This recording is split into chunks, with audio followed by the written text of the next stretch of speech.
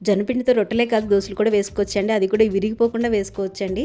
First అయితే మీకు కావాల్సినంత జొన్నపిండి తీసుకోండి. దాన్ని కొంచెం బైండింగ్ కోసము బొంబాయి రవ్వ కానీ మైదా కానీ అలాగే గోధుమ పిండి కూడా వేసుకోండి. ఏదైనా బాగుంటుంది. నేను కొంచెం కలర్ కోసము శనగపిండి వేసానండి. ఒక స్పూన్ అంత వేసాను అనమాట. లేకపోతే తెల్లగా ఉంటాయండి, తినడానికి బాగుండవు, చుట్టానికి బాగుండవు అనమాట. అలా మొత్తం కలిపి పెట్టేసుకున్న తర్వాత స్టవ్ మొత్తం సింక్ కూడా క్లీన్ చేసానండి. మార్నింగ్కి మొత్తం ఇదంతా క్లీన్ చేయకపోతే కొంచెం ప్రశాంతంగా అన్నట్టు అనిపించేది అనమాట. ఇంకా నేను వేసినట్టే తినేస్తున్నానండి. ఇందులోనే కొంచెం నేను కరివేపాకు క్యారెట్ కూడా వేసానండి. కాంబినేషన్కి పల్లి చట్నీ, అలాగే మొన్న చూపించాను కదండి గుమ్మడి గింజలు అవిసి గింజలు వేసి అలా చేశానండి. చాలా బాగుంది, దీంట్లో కూడా బాగుంది. నేను తినేసిన తర్వాత మా హస్బెండ్కి మా పాపకు కూడా వేసాను. మా పాప చూడండి క్రీమును కుంకుమ చేతి మీద రాసుకుని నేను రక్తం వచ్చేలా కొట్టానని చెప్పి మా హస్బెండ్కి కంప్లైంట్ చేస్తుందనమాట. నేను హోంవర్క్ చేయాలని తిట్టానండి, అంతేనండి. చూసారండి ఎలా బిహేవ్ చేసిందో, యూట్యూబ్లో చూసిందంటండి అది.